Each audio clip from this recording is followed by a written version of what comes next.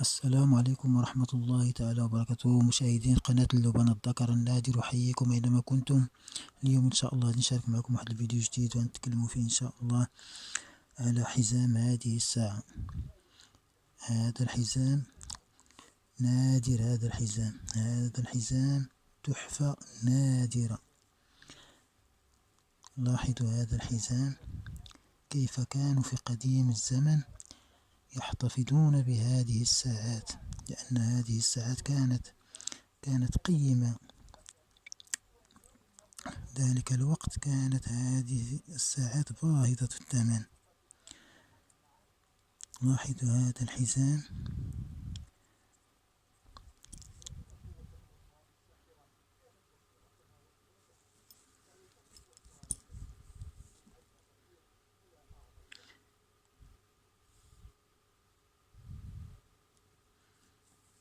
هذا الحزام لديه تاريخ طويل.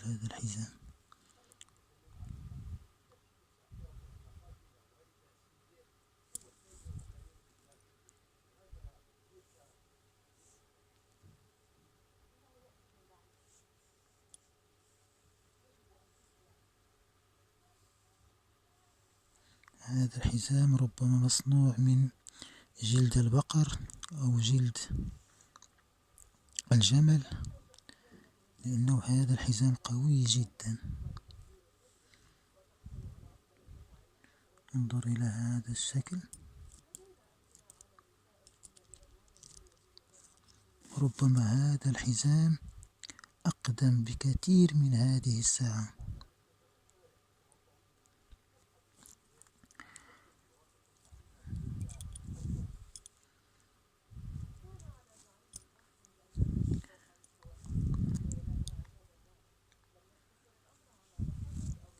كيف كانوا يحتفظون بهذه الأشياء، لأنها كانت بالنسبة لهم تحفة.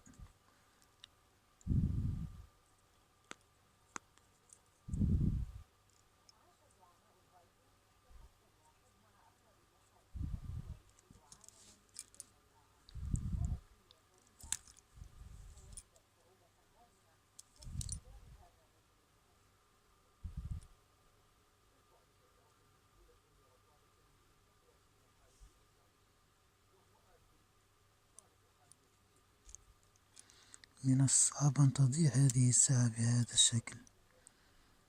هذا الرباط القوي جدا، لا تضيع بأي طريقة. هذه الساعة إن كانت في اليد مستحيل أن تضيع من صاحبها.